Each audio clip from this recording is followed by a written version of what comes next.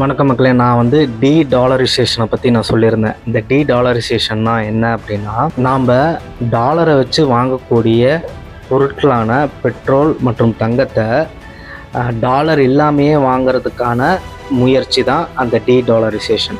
அதற்காக பயன்படுத்துறது தான் இந்த வெஸ்ட்ரோ அக்கௌண்ட்டும் பிரிக்ஸ் பே போன்ற கரன்சி முயற்சிகளும்.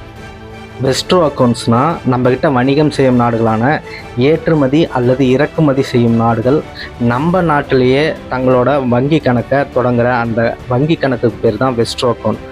நான் உங்களுக்கு ஒரு உதாரணமாக சொல்கிறேன். இப்போ நம்ம வந்து ரஷ்யாக்கிட்ட இருந்து எரிபொருள் வாங்குகிறோம். அதற்கு நம்ம எந்த விதமாக பே பண்ணலாம் அப்படின்னா, டாலர் மூலிமா நம்ம பே பண்ணுறது தான் இது நாள் வரையும் நடந்துட்டு இருந்த பழக்கம்.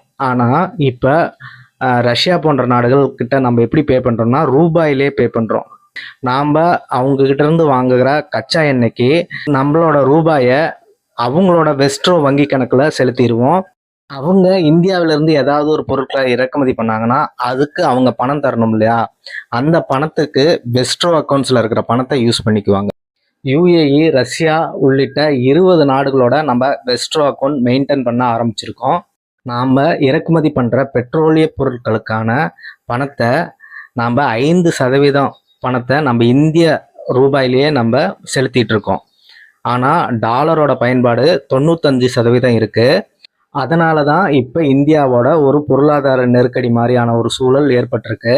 ஆனால் இந்தியா ஏற்கனவே டிமானிட்டேஷன், ஜிஎஸ்டி, கொரோனா காலங்களில் மிகப்பெரிய பொருளாதார நெருக்கடி சந்திச்சிருக்கு.